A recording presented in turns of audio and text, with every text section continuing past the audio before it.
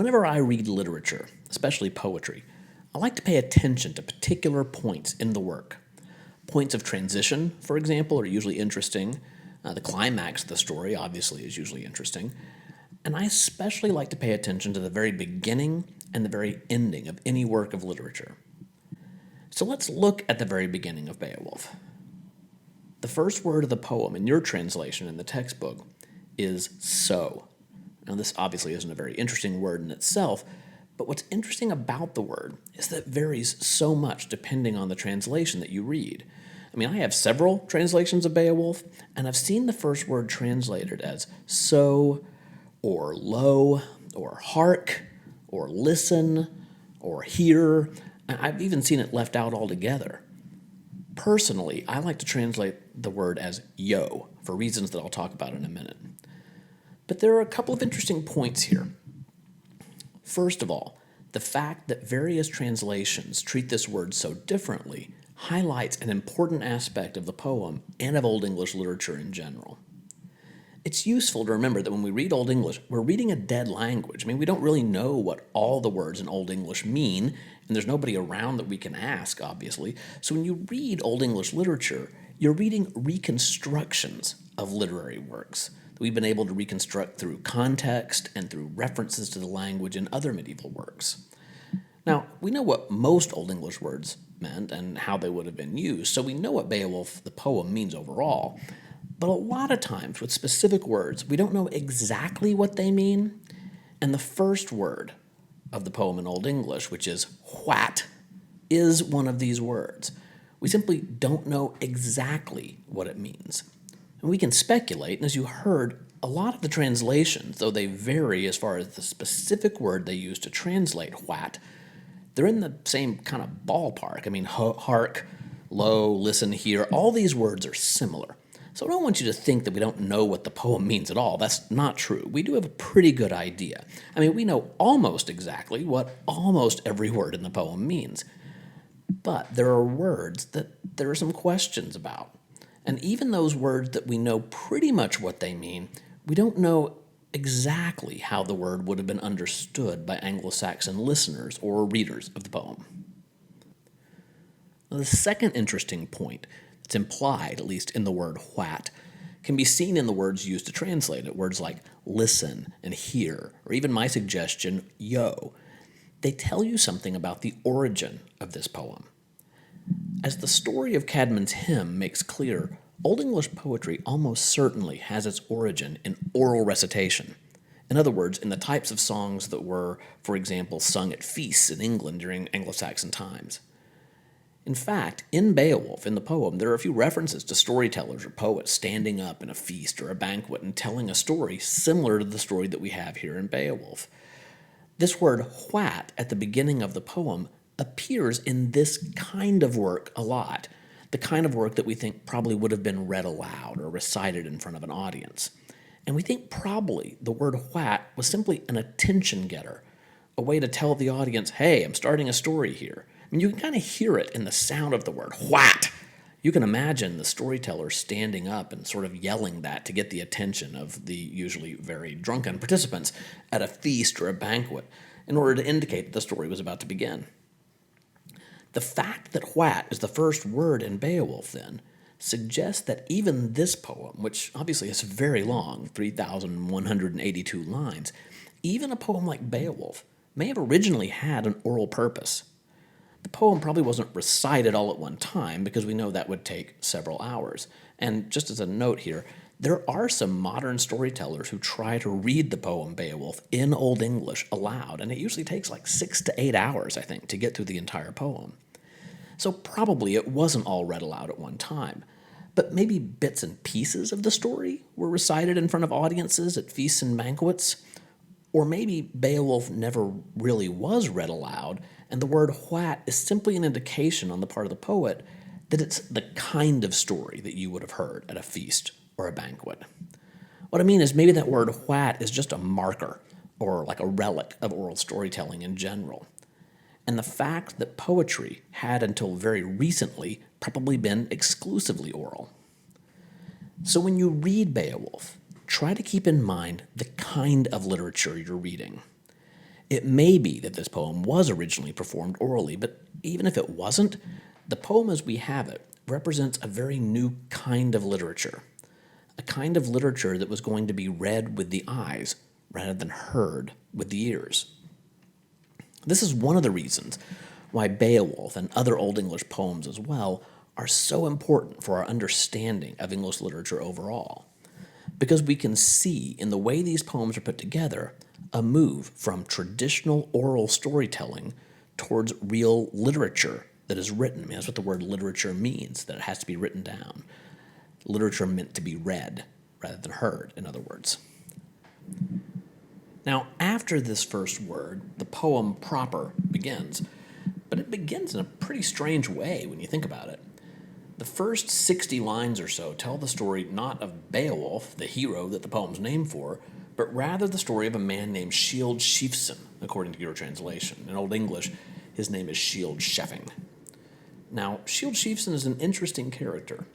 We learn a little bit about him, about his birth, about what a good king he was, about his death. What's interesting to me, though, is that this character has virtually no relation to Beowulf. In fact, Shield Sheafson is only relevant to this poem in as much as he is he's the great-grandfather, I guess, of Hrothgar, a king that Beowulf comes to help in the first half of this poem. And Hrothgar is certainly an important character in the poem, but not so important, I think, that we need to know who his great-grandfather was. I mean, if it was Beowulf's great-grandfather, I suppose I could understand it a little more. But Hrothgar's great-grandfather? Give me a break. So the question becomes, why does the poem begin this way? Why do we need to start with Shield Sheafson? Why not start the poem with Beowulf, who we don't actually get to see for a few hundred lines? I think there are a couple of possible answers to that question. First of all, it's interesting that Shield Sheafson, or Shield Sheffing, is a character that does show up in other medieval literature, specifically in Old Danish and in Old Swedish works. This in itself is significant because almost none of the characters in Beowulf show up in other works at all. As I mentioned in my introductory notes of the poem, Beowulf, the character, is not mentioned in any other work of literature. He's never mentioned outside of this poem. We do have a couple of works that mention Hrothgar, a couple of works that mention Hygelac, who's Beowulf's lord, you'll meet him later in the poem, and a few works that mention other very minor characters like Ingeld, who doesn't actually appear in the poem, but is mentioned by both Beowulf and by Hrothgar. So we have a few characters who are mentioned elsewhere, but generally the characters in Beowulf are exclusive to this poem. And that's interesting because it implies that this was a fairly original work, since a lot of these old stories use characters over and over again. When we get to our study of stories about King Arthur, for example, you'll see this happen, where either King Arthur or various Arthurian knights show up in lots of different stories. Medieval authors often reused characters, in other words, but not the author of Beowulf, with only a few exceptions. And Shield Sheafson is one of these exceptions. In fact, I think we can assume that the audience of Beowulf would have probably known who Shield Sheafson was, or at least that the author of the poem assumed that they knew Shield Sheafson. Let's look at the first few lines of the poem, which read, in your translation, "So the Spear-Danes in days gone by and the kings who ruled them had courage and greatness. We have heard of those princes' heroic campaigns." And just for your edification, I'll read you those lines in Old English as well. They read something like, "What we Gardena in Year Dagum, Theod Kuninga Thrum Jefrunan, who the Ethelingas Ellen Frimadon." What's interesting to me is that last line, "We have heard of those princes' heroic campaigns." The poet here implies that the audience would be familiar with the Spear-Danes. It's like he's saying, you remember these stories, we've all heard of the Spear-Danes. Maybe these were very common stories, stories that had become part of the culture in the way that stories of, maybe George Washington or the story of the Alamo for Texas has become part of our cultural consciousness, so that you can assume people know the story already. So the poet seems to be saying, you know the Spear-Danes, and probably you remember this guy, Shield Sheafson. You've heard about him in other stories. The way the poet tells the story of Skjold without a lot of detail seems to imply that the audience would be able to fill in the gaps for themselves. But why start a poem this way? I mean, why would you mention these stories, even if you assume your audience is familiar with them, in order to tell a completely different story? I think one of the reasons may be to provide some sort of context for the audience. Remember, original stories were fairly uncommon in Anglo-Saxon times. If the poet of Beowulf really is coming up with a relatively new, if not completely original story, he needs to provide the audience with some sort of contextualization, some place to put the characters in these stories. I mean, he needs to be able to tell when Beowulf lived and what kind of world he's talking about. And by mentioning Skjold, he's able to do this. He's able to say, you remember these stories about Skjold and the Spear Danes. Well, this is another one of those stories. It's going to fit into that world that you already know. I mean, in a way, it's kind of like early medieval fan fiction. But I don't think that Skjold significance is limited just to contextualization. I think there may be more going on in these opening lines than just giving the reader somewhere to hang these characters. Let's look at what the poet tells us about Skjold and see if we can figure out what this character is doing here. Starting at line 4 of the poem in your textbook, it says, "There was Skjold scourge of many tribes, a wrecker of mead benches, rampaging among foes. This terror of the hall troops had come far, a foundling to start with. He would flourish later on as his powers waxed and his worth was proved.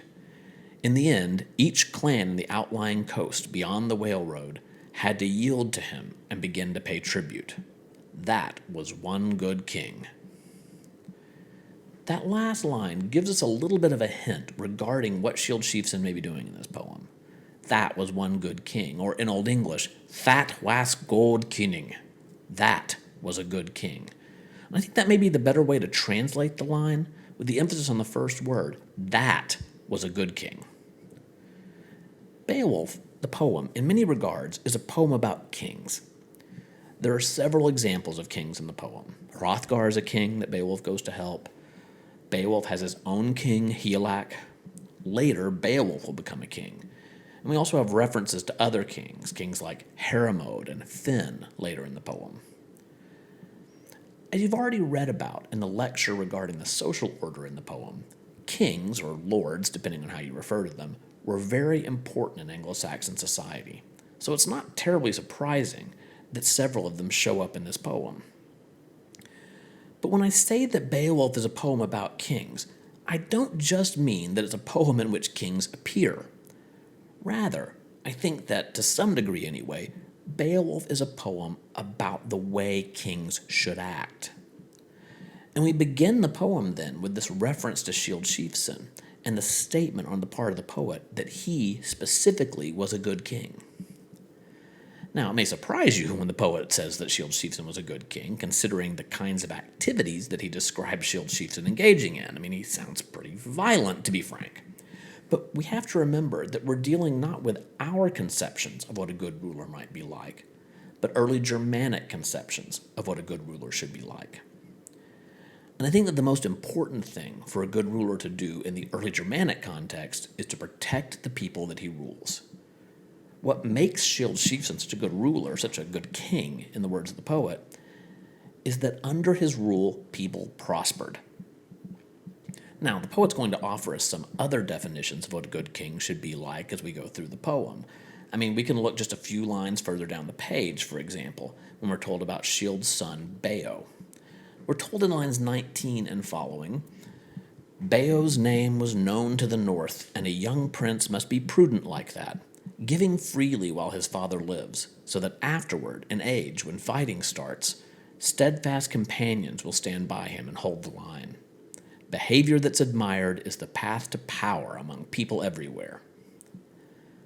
Now, I wouldn't say that anything in the description of Beo contradicts the image of Skjold as a good king earlier on that page, but it's a different emphasis here. We're told about Skjold that he's a good king because he is such a strong fighter and he's able to terrorize other tribes and put them in a position of subservience to his own tribe. While about Beo, we're told that he's a good ruler because he's able to get the admiration of the people that he rules, and thus he can ensure their loyalty later on in life. And there are still other portraits of effective and ineffective kingship throughout the poem. You might look at a character like Hrothgar, for example, and ask whether he's a good king. And if he is, why is he a good king? You might look at Beowulf's king Hygelac and ask if he was a good king. Later, when the poet mentions a king like Heremod, who was described as not being a good king specifically, it might be interesting to see what it is that makes him not a good king, or makes him a less effective ruler, as compared to somebody like Shieldchiefsson. But then the big question, obviously, in this poem will be how we think about Beowulf as a ruler. In the first half of the poem, Beowulf is not a king, he's a fighter. He's simply a warrior who owes his loyalty to another king, Hygelac, or to a foreign king that he goes to assist, king like Hrothgar. But in the second half of the poem, Beowulf himself is a king. And if the poem is about Beowulf, at the same time that it's a poem about kings, obviously one question that we're going to have to deal with is whether Beowulf is an effective ruler or not. But we'll have to wait for the end of the poem to make that assessment. For now, continue on your reading of Beowulf. Think about this beginning of the poem. Think about the way these opening words set a tone for the poem, establish a context for the poem, remind us of the oral background of the poem, and the way they pose that initial question, what is it that makes a good king? Thanks.